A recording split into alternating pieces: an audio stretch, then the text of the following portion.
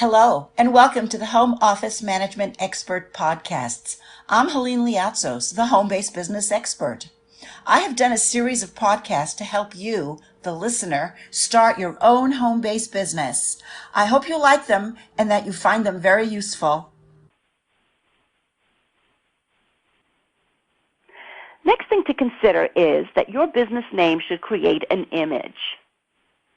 A recent survey indicated that over 65% of startup businesses are not clear about what business image they want to project. They know what they want to do. They throw their name in front of the service or the product they provide. They buy an ad in the local paper and sit back to wait for the phone to ring. This is not how to get customers to come to you. Customers need to be enticed. They need to be curious. They need to be convinced that you are what they want. So you've got some work to do ahead of you. I want you to think about these questions. What does your company stand for? How do you want to be remembered? Are you the best in the business? Are you the most innovative? Are you the most unique?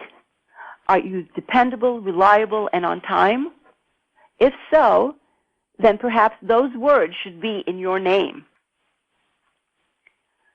What do you want people to think of you when they hear your business name? Most people see an image when they read or hear words. I know of a travel agency called Mass Travel, M-A-S-S, Mass Travel. Well, the first thing that popped into my mind when I first saw this name was, why do I want to travel in a mass? Visions of crowded planes and trains came to mind, and it was a total turnoff. I would much rather travel as a VIP individual traveler, wouldn't you? And that would be a much better name. Here's another example of a business name that confused me totally, even though it's not a home-based business. Every so often, I like to stay off the freeways and simply drive down the boulevards and avenues in my town. It gives me a chance to see what is going on and what stores have closed and what new shops have opened. Well, I spotted a new cafe, but the name was a bit puzzling. It was called Le Petit Israeli Asian Cafe. I'm not sure as to exactly what type of food they are serving, and quite frankly, I didn't want to take the chance it would be an unappetizing experience. It did not make me curious in a good way to even attempt to go in there. Use words in your business name that paint a picture for your customers. If your all-time favorite band is Muddy Waters, don't name your pool company after that. It is better to use words such as Aqua Blue and Clear Views. Two companies that immediately create a specific image sell ice cream. Haagen-Dazs, which sounds foreign and rich, and Ben & Jerry's, which sounds down-home and familiar. They both sell premium ice cream with their own personal style. Probably the best examples I can give of creating a business name with an image is in the world of Hollywood. Do you know who Julia Jean Mildred Frances Turner is? What if I told you that that name was rechristened Lana? Lana Turner's real name. If she kept her real name, she would not have made it in Hollywood of yesteryear. The studios created a name for the stars that would attract the moviegoers into the theaters. Show business is a business.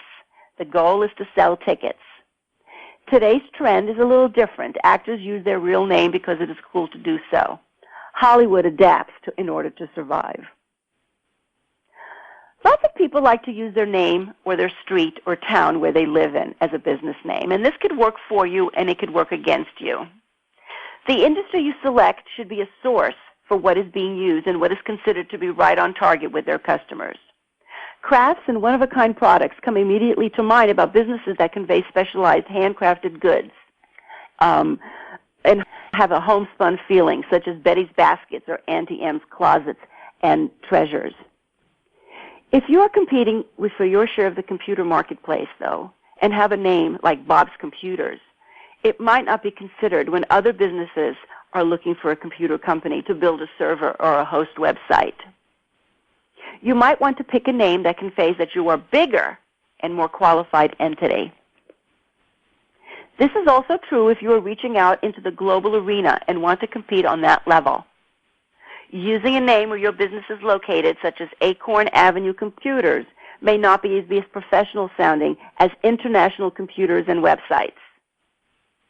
You should pick a name that defines a broader spectrum of what your capabilities are to the consumer worldwide. Another thing to consider is to pick a name that is easy to remember and easy to pronounce. If your last name is Wasilewski, I'm sure it is a fine and honorable family name, but it's probably best to pick a name like ABC Typing Service. You do not want to confuse your customers or make it difficult for them to call you. If they're self-conscious about pronouncing your name, they will never call. And above all, keep the name short. Not only will people remember it, you will be able to use it in all kinds of promotions and advertising. It would be a total waste if your business name has to be condensed in order to fit specifications for websites and the like.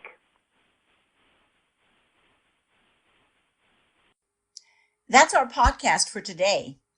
If you want to get all the steps to starting your own home-based business, go to www.thehome-office.com.